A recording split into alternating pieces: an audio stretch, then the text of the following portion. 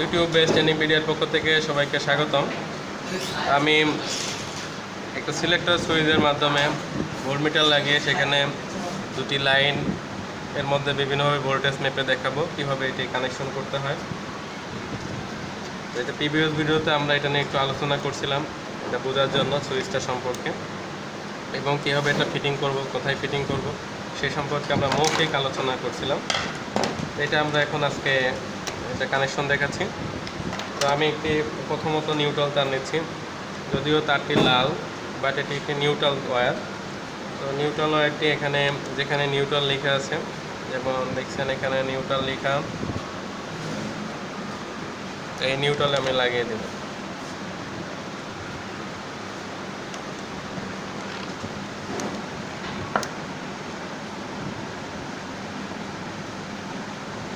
কেবল clip দিয়ে লাগালে আরও বেশি ভালো হতো, তো আমি এটা তো আপনাদের যা চেক করার জন্য লাগাচ্ছি।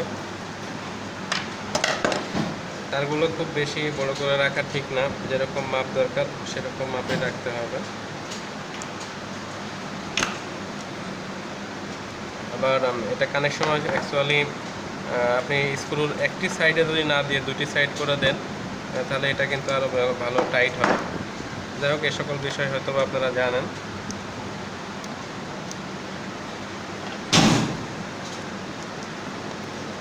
আমি নিউট্রাল তারটি প্রথমে লাগালাম,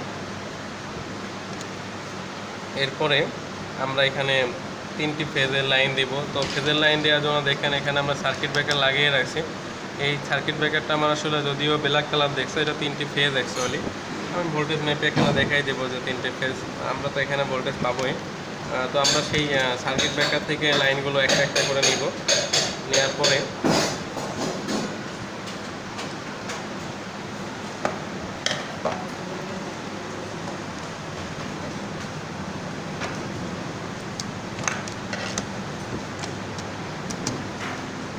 সার্কিট ব্রেকারের লাইনগুলো লাগাই নিচ্ছি একটা একটি করে।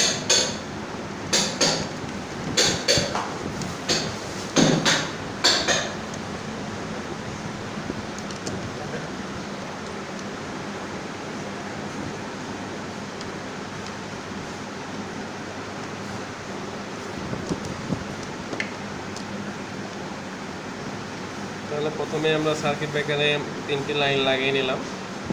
আমরা এই 3টি লাইনকে RYB অথবা RST বলে শনাক্ত করতে পারি। মনে করেন এই প্রথমটি যেটা আমরা নিয়েছি, প্রথমটি এটা হলো R। তো এই R লাইনটা এখন আমি এখানে যেখানে R লেখা আছে সে জায়গায় লাগিয়ে দিব। তো দেখছেন এখানে R লেখা আছে, নিচের দিকে R লেখা আছে, এখানে R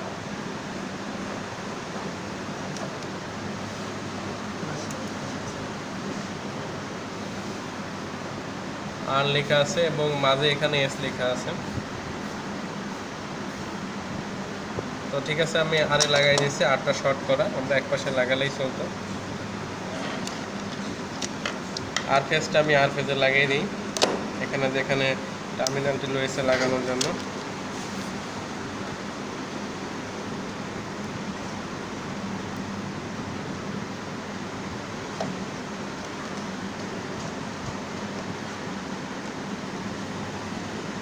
এর পরবর্তী আমি আরেকটি ফেজ, যেটা S ফেজটি, তো সেটা আমি এসে লাগিয়ে দিচ্ছি। এখানে আপনারা দেখাই নিয়েছিলাম, দেখতে পাচ্ছেন S লেখা আছে। তো S এর জন্য মাঝে দুটি আসলে শর্ট করা, আমরা একটির সাথে লাগালে এটা চলতো, যে কোনো এক পাশে লাগালেই চলবে, এই পাশে অথবা এই পাশে, মানে এই দুটি যেহেতু শর্ট আছে।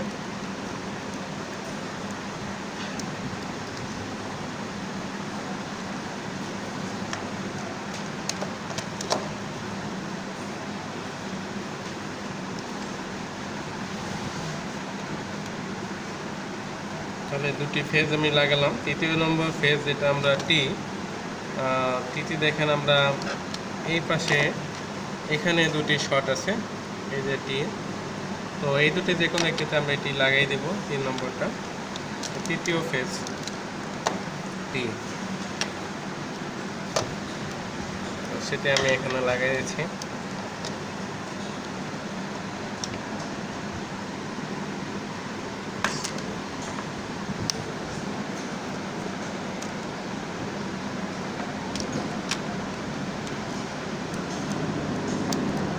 এগুলো প্যানেল বোর্ডে ব্যবহার করা হয়। আর অ্যাকচুয়ালি এই কানেকশনগুলো তো বারবার করার প্রয়োজন পড়ে না, একবার করে রাখলে এটা চলতে থাকে।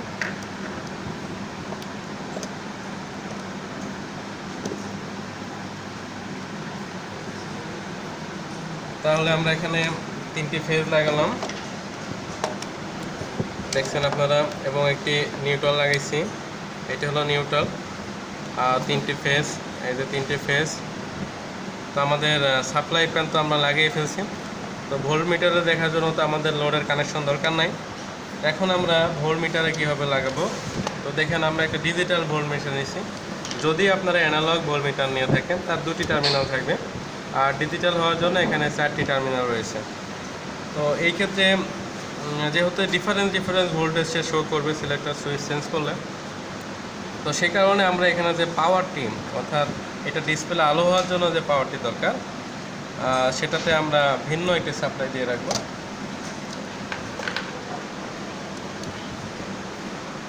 এটার জন্য আমরা ভিন্ন একটি সাপ্লাই, একটি ফেজ ও একটি নিউট্রাল 220 ভোল্টের জন্য আমরা একটা লাগাবো।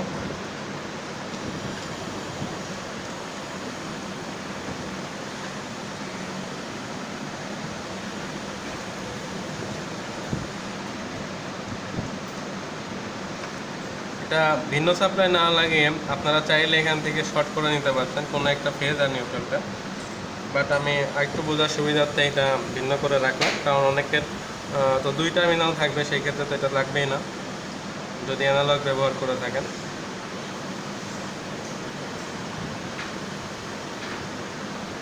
তো দেখেন এখন আমি এটা আবার লাগিয়ে দিচ্ছি এখানে মিটারে। লাগিয়ে দিলে এখন যদি আমরা এই সুইচটি যেখান থেকে পাওয়ারটা নিয়েছি,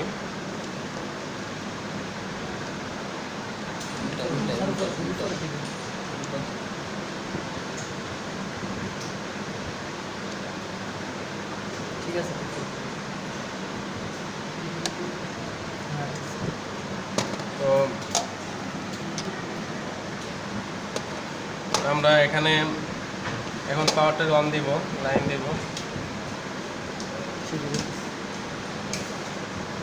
তো দেখেন এখানে মিটারটির পাওয়ারটি অন হয়ে গেছে, সব 00 শো করে। তো আমরা এখন মিটারটিতে তো আমরা এই সিলেক্টর সুইচ থেকে কোনো সাপ্লাই দিই নাই, তো সেটা দেওয়ার জন্য যে ভোল্টেজটা, যেমন মিটারে তো কোনো ভোল্টেজ দেখায় না, তো সেটার জন্য আমরা এখানে এটা আমরা যে সিলেক্টর সুইচ থেকে যেন সিগন্যালটা পৌঁছায় মিটারে, সেজন্য আরও 2টি তার ব্যবহার করছি। এখানে আমরা দেখেন সরু তার ব্যবহার করছি কম অ্যাম্পিয়ারের, কারণ ভোল্ট মিটারে তো আপনারা জানেন সেখানে খুবই নগণ্য পরিমাণ পাওয়ার খরচ হয়, অর্থাৎ সেখানকার অ্যাম্পিয়ার এই তারে বহন করতে পারবে।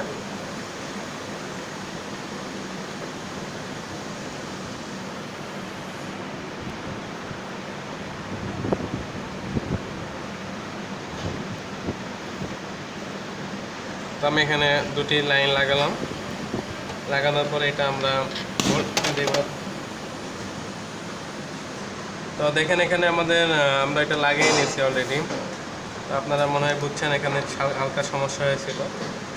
তো আমরা পাওয়ারটা দেওয়ার পরে এখানে 00 আছে, আর এই দুটোতে তো আমরা কিছু তার লাগাইনি, সাপ্লাই দিই নাই। তো এই দুটোতে আমরা এখন সাপ্লাই দিব। তো মিটারের যেখানে দেখেন এখানে V1 এবং V2 লেখা আছে, সেই V1 এবং V2তে আমরা এই 2টি তার বসিয়ে দিব, দিলে আমাদের এটা কানেকশন সম্পূর্ণ হয়ে যাবে। এখানে এটা V1,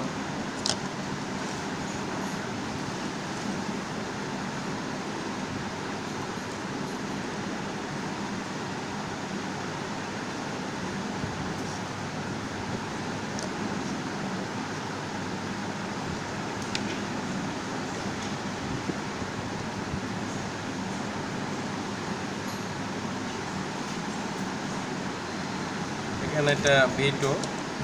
এখানে অবশ্য 4টি টার্মিনাল দেখছেন। তো অ্যাকচুয়ালি প্রথম 2টি, এই পাশের দুটো যে কোনো একটা আমরা V1 লাগাইতে পারতাম, এবং এই পাশে যে কোনো একটিতে আমরা V2 হিসেবে লাগাইতে পারলাম।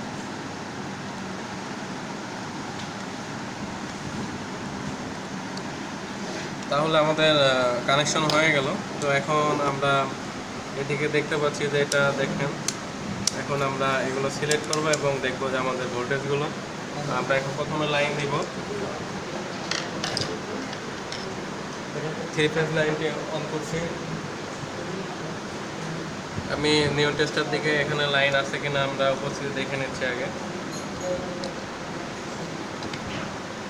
দেখেন লাইন চেক করে নিলাম। এবার আমি মিটারটি অন করব। দেখেন আমার মিটারে কিন্তু এখনো কোনো পার্ট নাই, কারণ আমরা সিলেক্টর সুইচ দিয়ে ঘুরাবো, তারপরে পার্ট পাবো। তো দেখেন একবার আমি RRN ঘুরলাম, তো আমরা 232 ভোল্ট দেখতে পাচ্ছি। একটা লাইনও একটা নিউট্রাল। পরে আমি আবার চেঞ্জ করছি আরেকটা ফেজের মধ্যে। এখানে হয়তো বা কোনো লুজ কানেকশন পেয়েছে, সরি, তারপরে ঠিকই আসতে সময় লাগছে, লুজ পেতে পারে হালকা। যাই হোক 223 পেয়েছি। পরে আমি আরেকবার এটা চেঞ্জ করে দিলাম, এখানে 231 পাইছি। সবগুলো কিন্তু আমরা একরকম পাই নাই।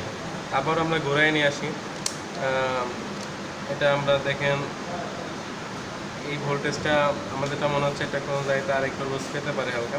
তো 224 এখানে। এরপরে দেখেন এখানে আমরা 232। এবার মিডিলে এখানে আমাদের 0, মানে কোনোটার সাথে ভোল্টমিটারের সংযোগ নাই। এরপরে RS দুটো,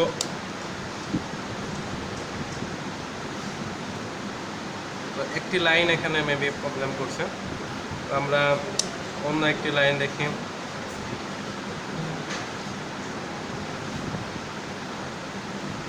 লাইন ভোল্টেজ আমাদের